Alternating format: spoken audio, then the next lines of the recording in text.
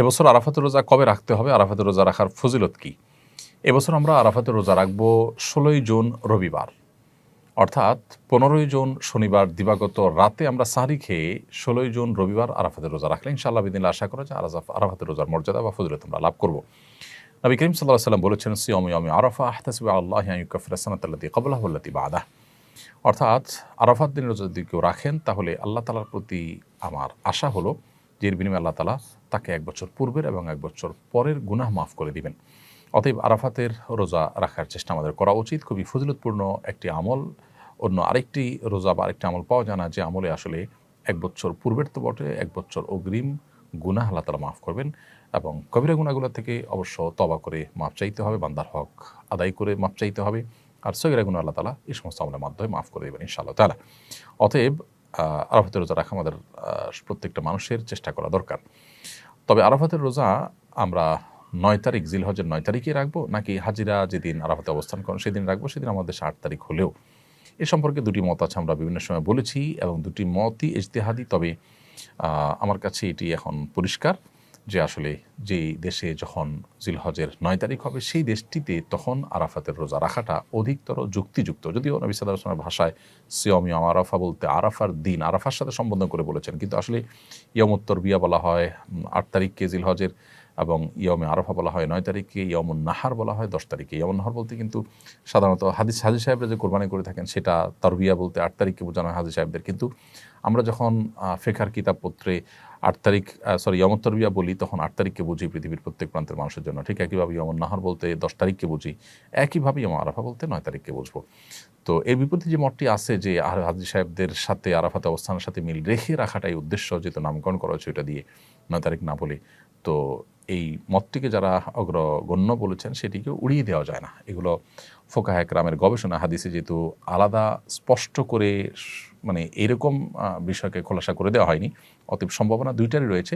তবে 9 তারিখের অর্থাৎ যেখানে পৃথিবীর যে দেশে যখন 9 তারিখ, সেই 9 তারিখকে আরাফাতের দিন হিসাবে গণ্য করাটা আমাদের কাছে অধিকতর শক্তিশালী মনে হয়। তারপরও কোনো কোনো বর্ণায় জিলহজের প্রথম 9 দিনই নফল রোজা রাখার কথা বলা হয়েছে। অতএব আমাদের সে আমলটা করি তাহলে তো আর বিতর্ক বা সন্দেহের ঊর্ধ্বে আমরা উঠে যেতে পারি, সেটি আমরা চেষ্টা করতে পারি। এবং ফোকায়ে কেরাম এই জিলহজের 9 দিনের সব দিনগুলোর রোজাগুলোকেই কিন্তু তারা মুস্তাহাব উল্লেখ করেছেন।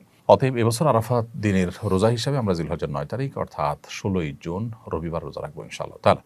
আর যদি কেউ তার আগের দিনগুলোর সাথে মিলিয়ে রাখেন সেটা আরও ভালো, আরও প্রশংসনীয়, বরং সবগুলো দিন অর্থাৎ প্রথম 9 দিনই রোজা রাখাটা মুস্তাহাব। খুব শীঘ্রই হজের মূল কার্যক্রম শুরু হচ্ছে। হজের দিনগুলোতে হাজী সাহেবদের করণীয়গুলো এক নজরে একটু বলবেন। 8 তারিখে কিংবা 7 তারিখ সন্ধ্যায় মক্কা থেকে এহরামের কাপড় পরে, এহরামের কাপড় পরার আগে যথারীতি গোসল করে ফ্রেশ হয়ে এহরামের কাপড় পরে আমরা বাসে চড়ে মিনায় চলে যাবো। হাজী সাহেবগণ সবাইকে বাসে করে মিনায় নিয়ে যাওয়া হবে। মিনায় যখন আমাদেরকে নিয়ে যাওয়া হবে সেখানে 5 ওয়াক্ত নামাজ জামাতের সাথে আমরা মিনার তাঁবুতে পড়বো, আদায় করব এবং পুরো সময় জুড়ে আমরা আল্লাহ স্মরণ করব, আরাফাতের প্রস্তুতি নিব এবং পুরো দিন সেখানে আমরা অবস্থান করব। এর বাইরে বিশেষ কোনো আমল সেখানে নেই। এবং 8 তারিখ রাতে কোনো কোনো এজেন্সি বাসে করে আমাদেরকে নিয়ে যাবে আরাফাতে। সেক্ষেত্রে 5 ওয়াক্ত নামাজ বিনা যদি পড়া নাও হয় কোনো অসুবিধা নেই, 5 ওয়াক্ত নামাজ পড়াটা সুন্নাহ, 1 ওয়াক্ত কম পড়া হলেও জায়েজ আছে। আমরা রাতে চলে যেতে পারবো মিনা এই আরাফাতে। আর যদি কেউ সকালে নেয় কোনো এজেন্সি তাহলে সকালে যাবো, কোনো অসুবিধা নেই। সকালে দেরি হলে কোনো সমস্যা নেই, তবে ফজর উপরে যাওয়াটা সুন্নাহ। 9 তারিখ সকালবেলা যাওয়াটা হলো সুন্নাহ আরাফাতে। আরাফাতে যাওয়ার পর আমরা সেখানে রেস্ট করবো, খাওয়া দাওয়া করবো, জোহর নামাজ আদায় করে এরপর দীর্ঘ সময় ধরে একেবারে সূর্য ডোবা পর্যন্ত আমরা দোয়া এবং মুনাজাতে মাশগুল থাকবো। খুতবা শুনতে পারলে খুতবা শ্রবণ করবো, জোহরের পরে খুতবা হবে, এরপর আমরা দোয়া মাশগুল থাকবো সন্ধ্যা পর্যন্ত। সন্ধ্যার পর আমরা মুজদালিফায় চলে যাব মাগরিব নামাজ না পড়ে। মুজদালিফায় গিয়ে মাগরিব এশা একসাথে পড়বো, পড়ে মুজদালিফায় আমরা রাত্রি যাপন করবো ইনশাআল্লাহ তাআলা। এবং মুজদালিফা রাত্রি যাপন করে ঈদের দিন সকালে অর্থাৎ 10 তারিখ ভোরে আমরা চলে যাব মিনার উদ্দেশ্যে।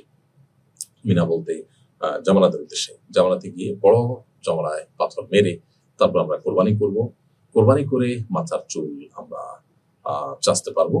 চাচবো। চাচার পর আমরা এহরামের কাপড় খুলে ফেলতে পারবো। এই পুরো সময় আমাদের তালবিয়া চলবে জামালাতে পাথর মারা আগ পর্যন্ত। লব্বাইক আল্লাহুম্মা লব্বাইক চলতে থাকবে। সেই সাথে তাকবীরে তাশরিক 9 তারিখে সকাল থেকে চলতে থাকবে। আল্লাহু আকবার, আল্লাহু আকবার, লা ইলাহা ইল্লাল্লাহু আকবার, আল্লাহু আকবার, আলহামদুলিল্লাহ। এরপর আমরা হজের যে তওয়াফ আছে মক্কা এসে সেই তওয়াফ করব। আসলে যদি ক্লান্তি অনুভব হয় নিজের হোটেলে বা অন্য কোথাও অবস্থান করি, আর এই তওয়াফটা একদিন বা দুদিন পরেও করি, কোনো অসুবিধা নেই। হজের তওয়াফ এটা এহরামরত অবস্থায় করা জরুরি না। যদি আপনার কোরবানি হয়ে থাকে তাহলে এহরামের কাপড় আপনি খুলে ফেলতে পারেন চুল চাচার পর। এরপর আপনি হজের তওয়াফ করলেন, সাই করলেন, আপনার হজের মূল কার্যক্রমগুলো সম্পাদন হলো। পাশাপাশি আহ 10 ঈদের দিন রাতে এবং 11তম দিবসের দিন রাতে আপনি মিনা অবস্থান করবেন এবং এই 3 রাত বা 12তম 11তম রাতেও অবস্থান করে আপনি 10তম রাতেও অবস্থান করবেন, করে 12তম দিবসে অর্থাৎ জিলহজের 12 তারিখে আপনি মিনা থেকে চাইলে মক্কা চলে আসতে পারেন জগন্নাথ পাথর মেরে। তারপরে আর যদি 12তম দিবসে আপনি থাকেন, জিলহজের 12 তারিখে থাকেন রাতে মিনাতে, তাহলে সেক্ষেত্রে 13 তারিখে সকালে আপনি দুপুরের পরে আপনি পাথর মারবেন জমরাতে, দুপুরের পরে পাথর মেরে তারপরে মক্কায় চলে আসবেন। এ হলো টোটাল হজের দিনগুলোর কার্যক্রম। তাহলে